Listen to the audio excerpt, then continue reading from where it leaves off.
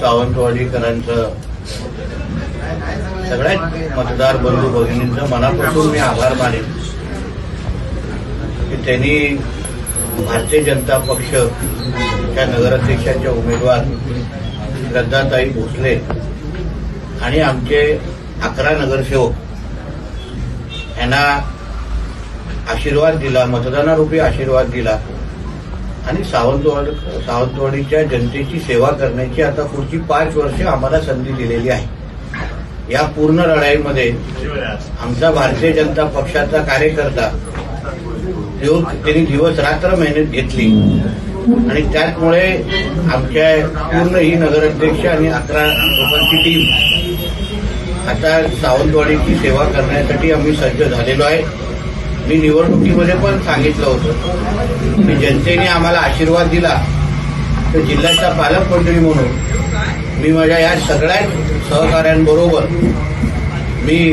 अतिशय जवळून काम करीन, त्यांना ताकद देईन. निधी अभावी कुठल्याही गोष्टी थांबणार नाही एवढं राज्य सरकारचा प्रतिनिधी म्हणून मी निश्चित पद्धतीने या सगळ्या गोष्टीची काळजी घेईन. श्रद्धाताई अतिशय त्यांनी जो काही जनसंपर्क किंवा जो काही संवाद साधला आणि त्याच्यामुळे सावंतवाडीच्या जनतेने त्यांच्या प्रत्येक शब्दावर विश्वास ठेवला आणि त्यांनी भरघोस असा आशीर्वाद त्यांना या निमित्ताने दिला.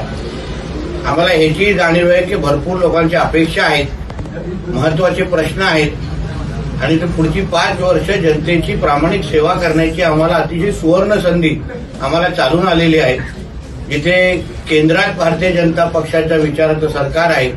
राज्यात भारतीय जनता पक्षाचे विचाराचे मुख्यमंत्री आहेत आणि जिल्ह्यात पालकमंत्री म्हणून भारतीय जनता पक्षाचा कार्यकर्ता म्हणून मी काम करतोय. खासदार म्हणून सन्मान्य राणे साहेब आहेत, आमचे रवी चव्हाण साहेब आहेत आणि आम्ही सगळेजण एकत्र मिळून आता श्रद्धाताई आणि आमच्या 11 नगरसेवकांच्या टीमना ताकदीने ह्या शहराला विकास करण्यासाठी जी ताकद त्यांच्या मागे उभी करायची आहे, ज्या ज्या संकल्पना त्यांच्या डोक्यात असतील हे त्यांना पूर्ण करायचे किंवा प्रत्येकाने आपल्या आपल्या वॉर्डमध्ये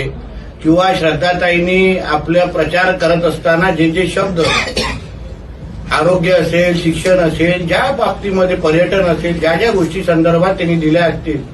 ते सगळे शब्द पूर्ण करण्याची जबाबदारी ही त्यांचा